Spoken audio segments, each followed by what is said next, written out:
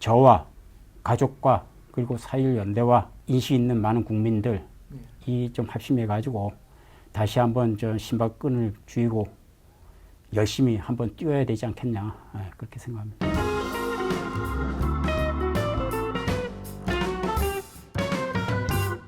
두 가지 더 여쭤보고 이제 마무리할 텐데요, 어머니. 네. 여러 가지 힘드실 텐데도 편안하게 쉽게 잘 설명해 주셔서 감사합니다. 사참위 활동이 예. 꽤 길게 그래도 조사위원들이 열심히 한 것처럼 보입니다만은 예.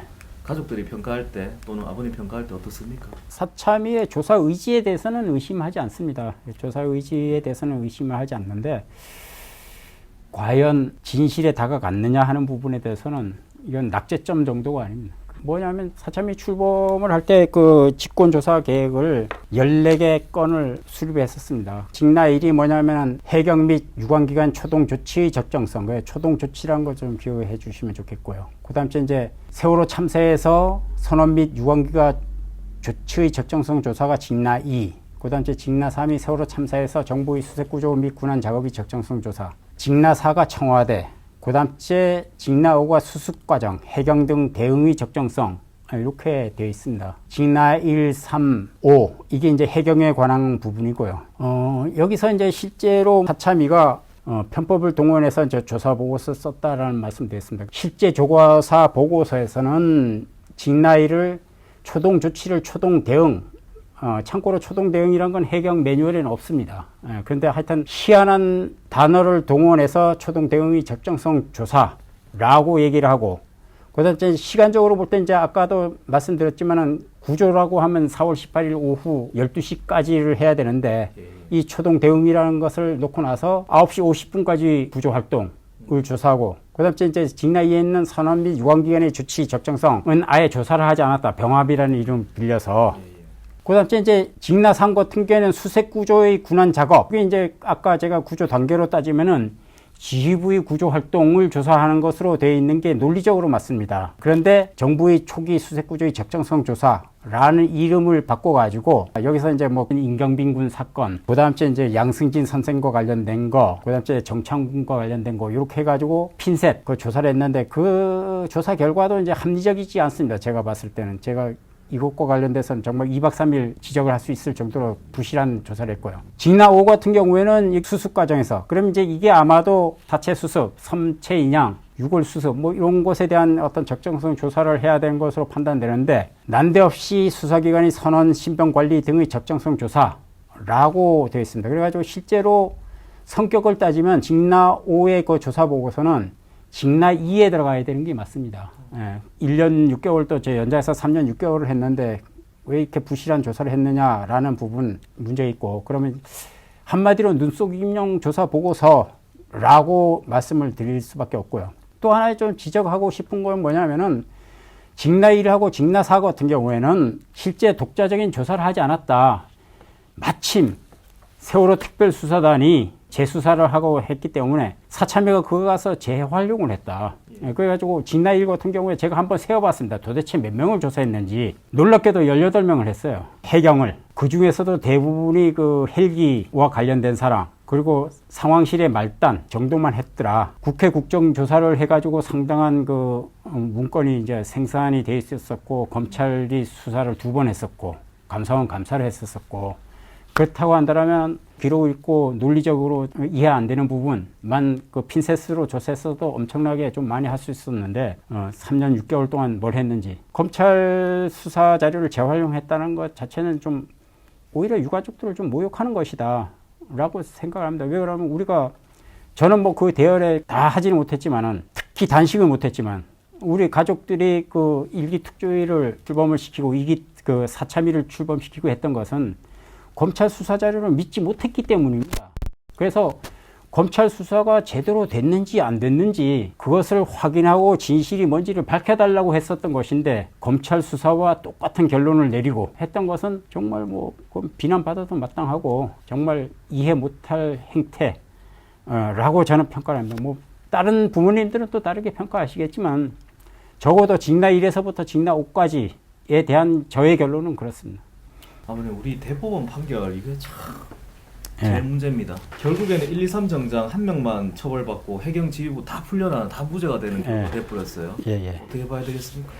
전 뭐 1, 2, 3정장 판결문에서는 해경 지휘부도 책임이 있다는 부분을 명확히 해서 대법원 확정 판결이 났던 부분이 있었기 때문에 사실관계가 완전히 반대로 인정이 됐어요. 그래가지고 해경 지휘부 재판에 있어서는 대법원 자체가 그 부분에 대해서는 좀 생각을 했어야 되지 않았냐. 일단 해경 지휘부 재판의 결론은 몇 마디로 이제 요약을 하면 이랬습니다. 제가 얼핏 이제 한번 적어보니까 할 수 없었다, 예상할 수 없었다, 알 수 없었다, 그다음 통신이 잘못됐다, 다른 사람 책임이다.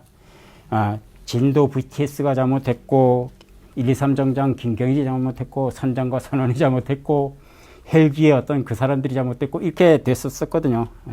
저는 개인적으로 그들의 그게 고의인지 과실인지는 뭐 여기서 한마디로는 정의는 할 수 없을 것 같습니다. 그건 뭐 더 따져봐야 되겠지만 적어도 그들의 구조 시스템이 제대로 가동만 됐었다라면은 어떤 이런 참사를 예견할 수도 있었었고 회피할 수도 있었었다. 그 시스템을 제대로 가동을 하지 않았기 때문에 어떤 이런 참사가 발생이 된 것이다. 라고는 그 측면을 본다라면은 대법원의 어떤 이런 결론이 내린 것은 도저히 납득이 되지 않습니다. 그래서 저는 우리 가족들이 그 생각하는 진실의 판결문은 반드시 다시 한번 써봐야 된다. 라고 저는 생각합니다. 그렇습니다.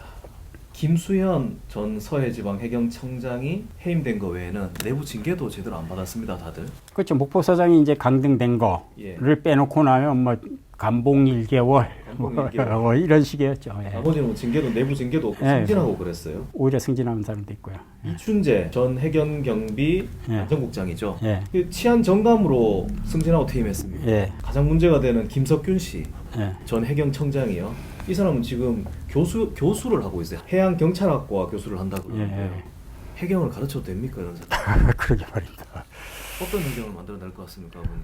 애초에 이 사람은 해경에 가 있는 게 잘못됐습니다. 왜 그러면 행시 출신이고 그거 가지고 다른 데 있다 경정 특채를 통해 가지고 해경에 이제 그 몸을 담게 됐었고, 그다음에 이제 경비안전국장 조금 하고 나서 이제 그 뭐 차장, 청장 갔던 사람이기 때문에. 해경에 대해서 해박한 지식이 없기 때문에 이 사람 그 경력 앞에 해양이라는 부분을 붙이는 것 자체가 사치입니다. 잘못된 판결로 무죄를 받았지만 실제로는 죄가 있는 사람이라고 생각이 되는데 지금 또 법무법인 대륙 아주 고문도 맡고 있다 그러는데. 그래요? 해양도 하고 국도 하고 뭐 여기저기 하는 거. 그렇습니다. 재판은 끝났지만 사건은 끝나지 않았잖아요. 그렇죠. 진실 규명이라는 거는 시효가 없습니다. 지금서부터라도 우리가 그 합심해서 간다라면 진실의 그 종착역에는 도착할 수 있을 것이라고 저는 확신하고 있습니다. 오늘 뭐 OSC 구조본부 등등 해서 새로운 이야기들 많이 들어봤습니다. 그렇죠? 우리는 계속 문제 제기를 했지만 언론에도 잘 안 나와가지고요. 근데 대단히 중요한 문제인데 지나간 부분들이 있는 것 같아요. 우리가 문제시하면서 안전한 사회 만들어야 되는데요. 뭘 해야 되겠습니까?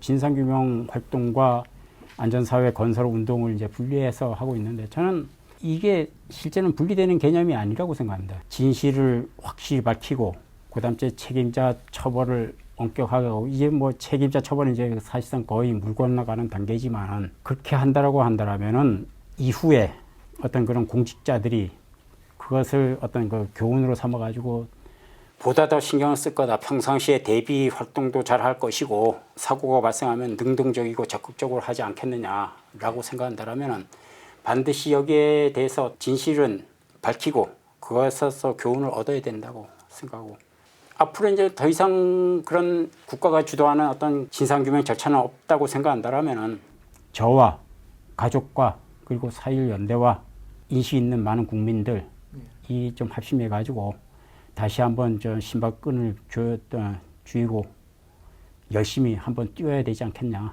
그렇게 생각합니다. 아버님 광주 5.18도 헬기 총탄 관련해서 활동들을 유족들이 계속하고 이게 광주가 30년 넘게 또 우리 국민들한테 민주주의의 소중함을 일깨워주는 하나의 상징이 되고 뭐 그랬습니다.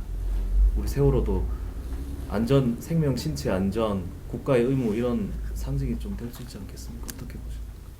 저도 뭐 시간 문제이지 열심히 하면은 도달할 수 있다고 믿고 있습니다. 뭐 상징으로만 둘 게 아니라 계속 활동을 해놔야겠죠. 예, 그렇습니다. 옛날 이야기들을 하는 게 늘 쉽지가 않고 어려운데요. 특히나 우리 세월호 참사 당사자로서 아버님 나와주셔가지고 쉽게 잘 설명해 주셔서 감사드립니다. 이상 마치겠습니다. 아버님 고맙습니다. 예, 고맙습니다. 예.